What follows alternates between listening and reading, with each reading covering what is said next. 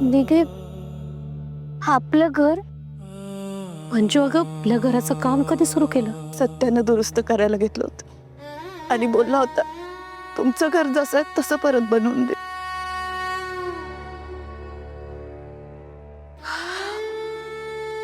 अगं पण मग आम्हाला का नाही सांगितलं? मुद्दाम नाही सांगितले. तुम्हा दोघींना सरप्राईज द्यायचं होतं त्याला. दिल्लीला जायच्या आधी मला बोलला होता तुमच्या दोघींच्या चेहऱ्यावरचा आनंद बघायचा होता त्याला.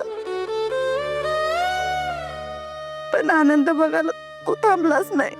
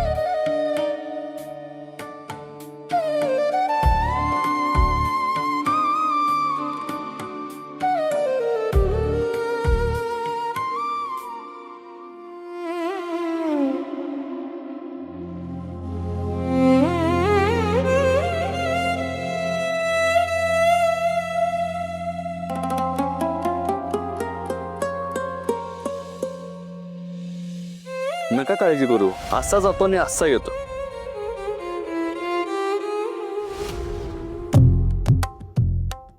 सत्य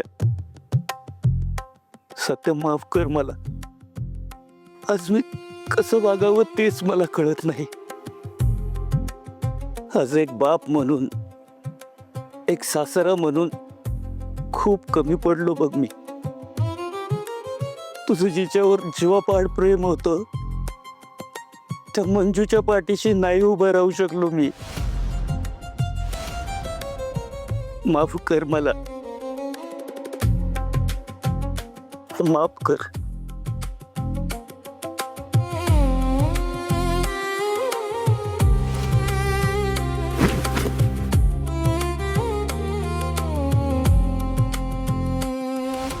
माया, आज खूप चुकीचं वागलीस तू मंजूच्या बाबतीत.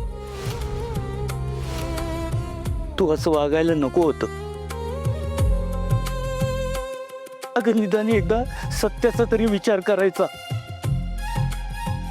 सत्यानं मंजूची आणि तिच्या परिवाराची जबाबदारी घेतली होती आणि त्याच्या पश्चात त्यांची जबाबदारी ही आपली होती. पण आज तू त्यांच्याशी ज्या पद्धतीनं वागली ते बघून सत्याला काय वाटलं असेल माया. मंजूला आणि तिच्या परिवाराला ज्या पद्धतीनं तू अपमान करून घराच्या बाहेर हाकलून दिलंस ते बघून सत्य किती हळहळला असेल माया. खूप अतिरेक केलास आज तू. ओ पेंटर, बास झाले तुमची भाषणबाजी. पोटचा लेख गमावला तरी बी तुम्हाला त्या तिघींचाच पुळका येते. सत्याने त्या तिघींची जबाबदारी घेतली होती म्हणूनच आज आपलं सत्य आपल्यात नाही.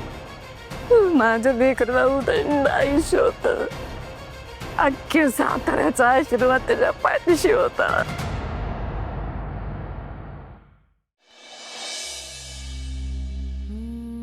तरी पण ही समज का घडलं ठाय त्यांनी म्हणत पाहिजे. ती जिथं जाईल कधी तिथं फक्त संकट येऊन जाते. पायगुरच वाईट आहे तिचा. अपशकुनी कुठली. माया, माया ग, कसला विचार करतेस तू? हे असं शकून अपशकून पायगुण असं काही नसतं. हो पेंटर, मला ज्ञान पाजवू नका. मी त्या तिघींना ह्या घराच्या बाहेर हाकलून दिलंय. पुन्हा त्या तिघीजणी कवाच इथं येणार नाहीत. तरी बी तुम्हाला त्या तिघींना माझ्या विरोधात इथं आणायचं असेल ना तर आधी माझ्या सत्याला आणा, माझ्या लेकराला आणा, माझ्या कोकला या घरात आणा.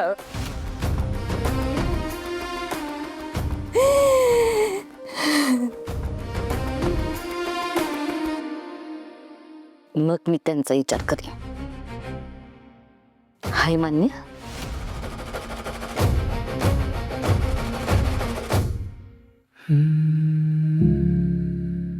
सत्यजितरावांनी घर जसं आधी होतं तसंच केलंय. त्यांनी आपल्यासाठी इतकं काय काय केलं, पण त्यांच्या उपकारांची परतफेड करायला आज ते आपल्या सोबत नाहीयेत. हाय ग, माझा अजून पण विश्वास बसत नाही. आता पण वाटते की ते गाडी घेऊन येतील आणि आपल्याला हाक मारतील.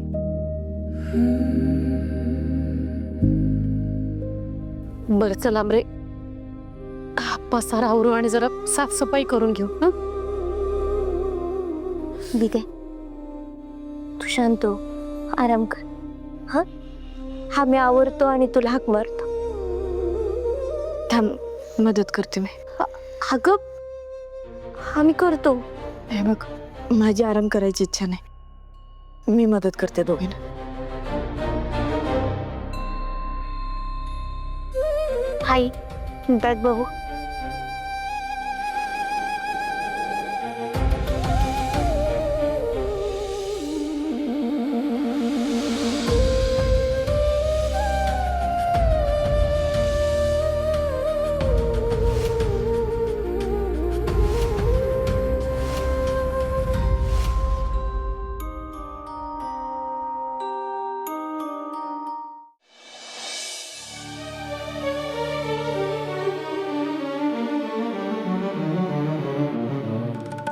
का सोडून गेला सत्य?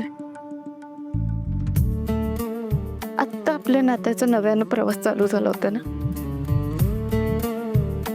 मग का?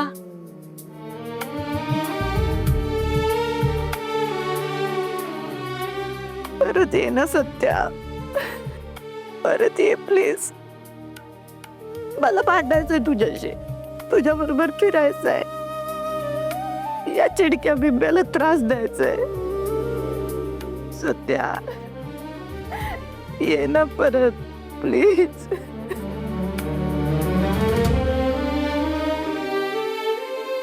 मी नाही जाऊ शकत तुझ्याशिवाय. माझं चुकलं, मी तुला जाऊ दिलं. मी थांबवायला हवं होतं तुला. तुला आठवतंय एकदा आपण फिरायला गेलो होतो लग्नानंतर आणि मी हरवले होते. तेव्हा मी सापडलं कशी तुम्हाला घट्ट मिठी मारली होतीस, तसंच घट्ट कवटाळायचं तुला. सत्या प्लीज परत ये.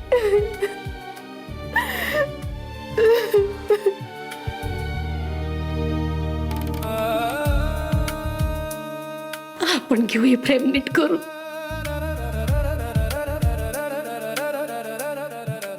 प्रेम नीट करशील गाई, पण माझं सत्याला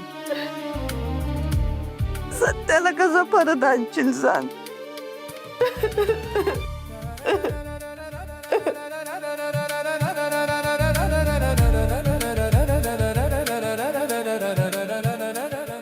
होणार सगळं मनासारखं होणार. मनात इच्छा आणि विश्वास असेल तर दगडाला बी पाजर फुटणार, सुकलेल्या वेलीला नवीन पालवी फुटणार, गेलेलं सुख परतून येणार. कोणतरी साधू बाबा आलेत वाटतं बाहेर. मी बघून येते. तर मी बघते.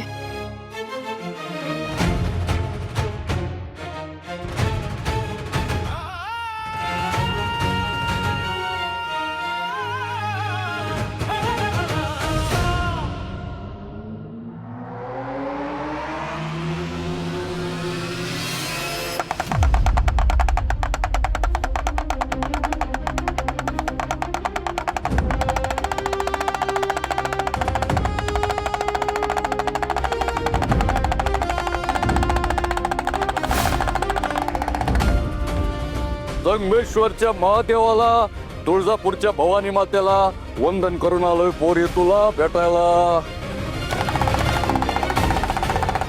हातावरच्या रेषा बघणार, खोटं नाही खरं सांगणार, सत्यवचनी सत्यकर्मी तुला तुझं भविष्य सांगणार. काय हवंय तुम्हाला? अगं पोरी, मी तुझ्याकडून काय घेणार? मी तर तुला फक्त तुझ्या भविष्याची माहिती देणार. पोरी, माझं दर्शन सहसा कुणाला घडत नाही, पण ज्याला गरज असते त्याला घडल्याशिवाय उरत नाही. पोरी बघू, दाखव तुझा हात. तुझं भविष्य बघून सांगतो काय लिवलंय तुझ्या नशिबात. मला नाही बघायचं भविष्य. माझं नशीब कवाच माझी साथ सोडून गेले. थांबा, आलीच. पोरी, अगं पोरी, कुठे निघालीस?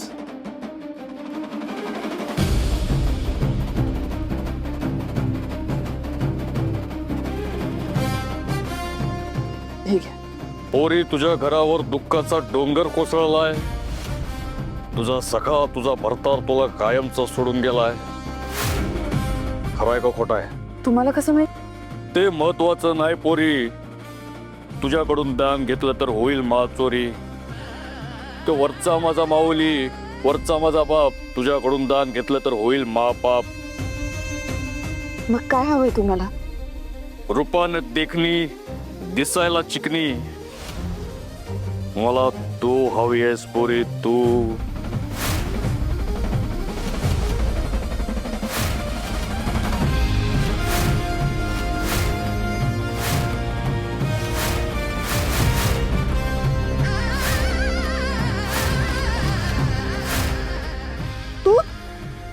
तू परत आलाय? अगं पोरी, त्या दिवशी पोतराज म्हणून निसटला. अगं पोरी, अगं आता नाही निसटणार माझ्या. त्या दिवशी पोतराज बनवून आलो होतास तेव्हा निसटलास हात ना.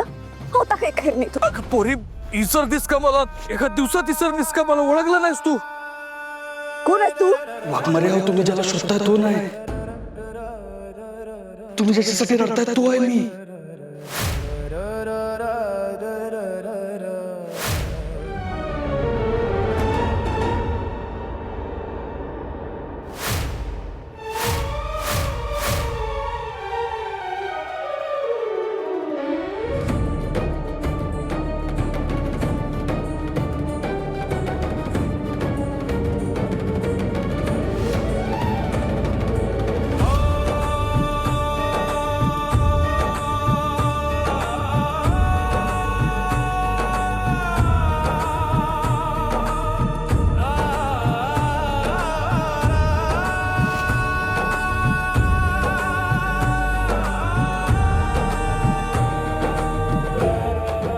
कसा वाटला मग बहुरूपी? तुमचा सत्या.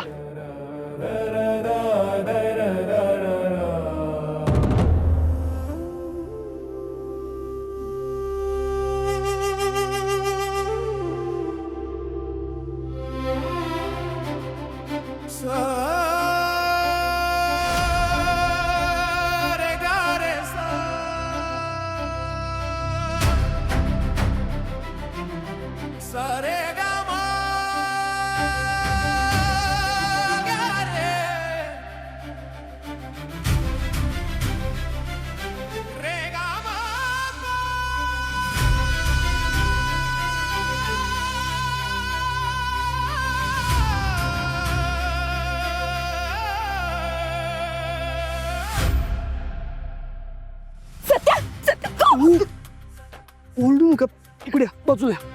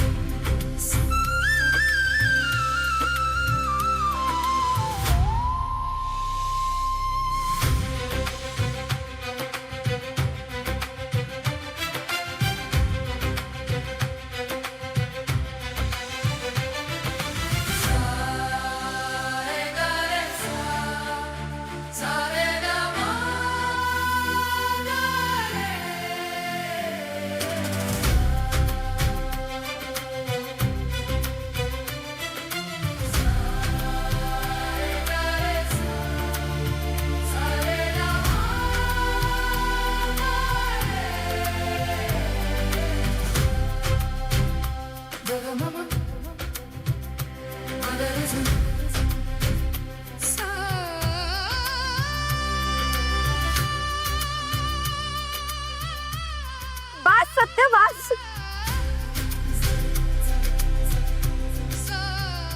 सत्य, मला भास नाही होणं होते. मला भास तर नाही होते. खरंच आलास ना तू? आलास ना तू घरी? वाघमारे होय. हो खरोखर आलो मी. हे काय तुमच्या समोर उभा आहे ना, सुखरूप आहे एकदम एकदम फर्स्ट क्लास.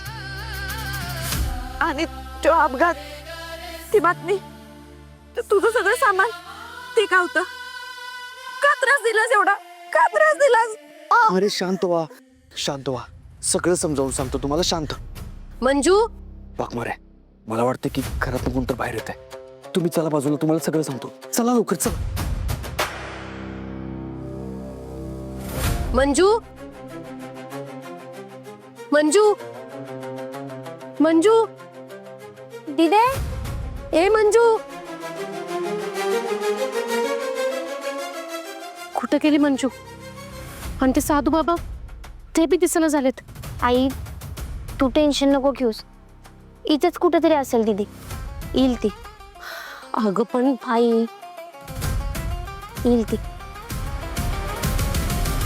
चल तू, आवरलं पाहिजे आपल्याला बाकीच. या.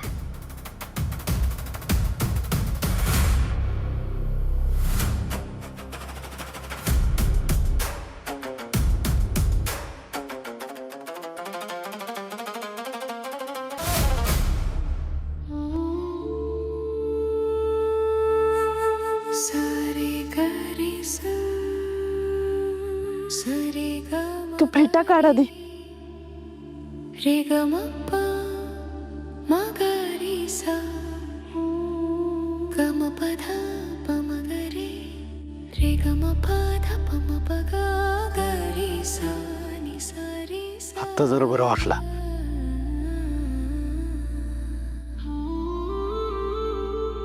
सा रे ग म प ध प म ग म प ध नि ध प म ग रे सा रे ग. बर, मला आता जरा नीट सांग, काय प्रकार आहे हा सगळा? आणि मरण्याचं नाटक करायची काय गरज आहे? वाघमारे, माझं दैव बलवत्तर म्हणून नशीब. नाहीतर हे नाटक नाटक नसतं. मी खरोखर नसतो या जगात. हे सत्य झालं असतं.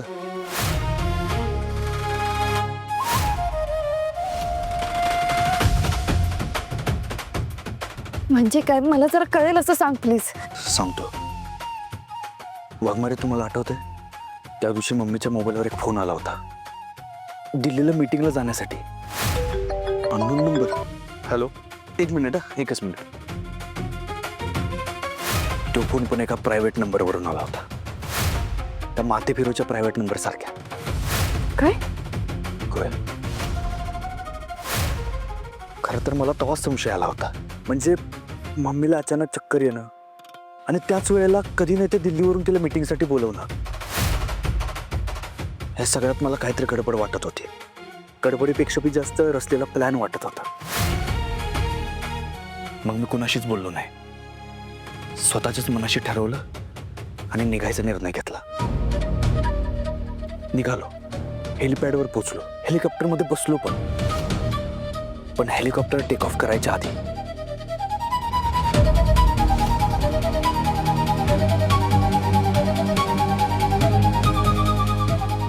सत्या दादा, एक महत्वाचं बोलायचं आहे. हा, बोल की. मी सुजित, मी साताऱ्याचाच आहे. 4 वर्षांपूर्वी तुम्ही मदत केली होती म्हणून माझ्या आईचा जीव वाचला होता.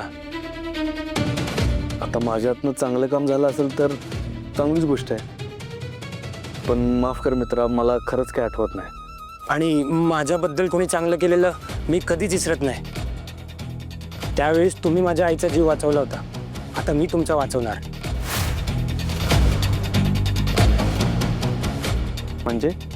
म्हणजे तुम्ही या हेलिकॉप्टरमध्ये बसताच तुम्हाला वरच्यावर उडवायचा प्लॅन झालाय.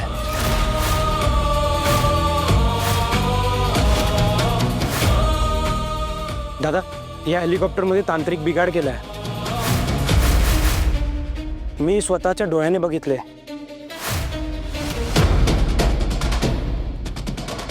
हे बघा सत्या दादा.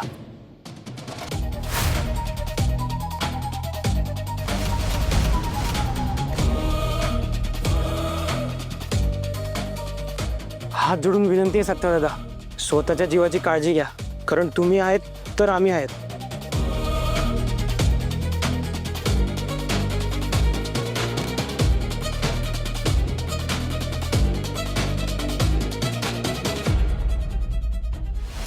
उत्पात व्हायच्या आधीच मी सावध झाला आणि मरणाला हुलकावून देत तिथनं पसार झाला. एवढं सगळं एवढ्या कमी वेळात कसं काय मॅनेज केलं? वाघमारे, ज्या क्षणी मला त्या माणसाकडून सगळं खरं कळालं ना, त्या क्षणी मी तिथनं निसटलो होतो. फक्त जाण्याआधी माझ्या काही गोष्टी तिथं ठेवल्या, माझी ओळख पटावी म्हणून. जसं की माझं कडं, माझं घड्याळ, माझी चेन, जेणेकरून अपघातानंतर सगळ्यांना असंच वाटावं की सत्याचा अपघाती मृत्यू झालाय. पण खरं वेगळंच होतं. माझा मृत्यू झालाच नाही. कुणाच्या लक्षात येण्याआधीच मी तिथं निसटलो होतो. किती भयानक आहे सगळं. होय, पण हे घडवून आणणारा ना, त्याहून पण जास्त भयानक आहे. त्या माते फिरूला वाटत असेल की शेवटचा वार करून त्यानं सत्याचा कार्यक्रम फिक्स करून टाकलाय, पण त्यानं केलेला प्लॅन फसलाय हे त्याला माहीत पण नाही. आता माझ्या मरणाची बातमी ऐकून एकदम निवांत झाला असेल तो, आणि ह्याचाच फायदा घेऊन आपल्याला त्याच्यापर्यंत पोहोचायचा आहे. वाघमारे, तो जो कुणी बी आहे ना, त्याला दाखवून द्यायचंय मला. तो शेर असला ना तर मी 1.25 शेर आहे. आणि तुम्ही बघाच, एक ना एक दिवस त्याच्या मुसक्या ओढून त्याला जगासमोर आणणारच मी. पण तू एवढा सगळा प्लॅन केलास, एकदम मला विश्वासात घेऊन का नाही सांगितलंस? या सगळ्यात माझी अवस्था काय होईल याचा विचार सुद्धा नाही आला मनात. हो, आला होता वाघमारे, तुमचा, घरच्यांचा, सगळ्यांचा विचार आला होता. पण मी काय करणार, माझ्याकडे दुसरा कुठला पर्यायच नव्हता. हे नाटक करून मला त्याला गाफील करायचं होतं. तो जो कोणी बी आहे तो आपल्या आजूबाजूलाच आहे, आणि आपल्या सगळ्या हालचालींवर त्याचं बारीक लक्ष आहे हे आपल्याला कळून चुकलं होतं. म्हणून मी हा प्लॅन आधी कुणाला सांगितलाच नाही. आणि आता मी या जगातच नाही, या विचारानं तो माझ्यावर लक्ष ठेवण्याचा काही प्रश्नच येत नाही. सत्या निदान घरच्यांना तरी सांगू, सगळे खुश होतील. अजिबात नाही वाघमारे. हे बघा, मी जिवंत आहे कुणालाच कळता कामा नाही. जोपर्यंत त्या मास्टर माइंड माते फिरूला पण पकडत नाही ना, तोपर्यंत हे नाटक आपल्याला असंच सुरू ठेवावं लागेल. आणि तुम्ही देखील जगासमोर असंच दाखवायचं की मी या जगात नाही आहे, सतत दुःखी राहायचं नाटक करायचं आहे, आणि चेहऱ्यावर अजिबात आनंद दिसला नाही पाहिजे तुमच्या. काय? ठीक आहे, करीन मी नाटक. पण सत्या, या नाटकापायी मला मेल्यासारखं झालं होतं. तू जग सोडून गेलास म्हणलं, मला बी जगायची इच्छा नव्हती. वाघमारे, पण आता आलोय ना मी परत, आणि तुमच्यासाठीच परत आलोय ना, आपल्यासाठीच करतोय ना हे सगळं. मग कशाला असं तोंड पाडताय? का जाऊ खरोखर ढगात? औ परत असं बोललास ना, मीच तुला ढगात पाठवीन, आणि तुझ्यासोबत मी पण येईन मागं तुझ्या. एवढं प्रेम करता माझ्यावर? होय, माझा जीव असतो. तुझा माझ्यापासून लांब जाणे मी सहन नाही करू शकत सध्या.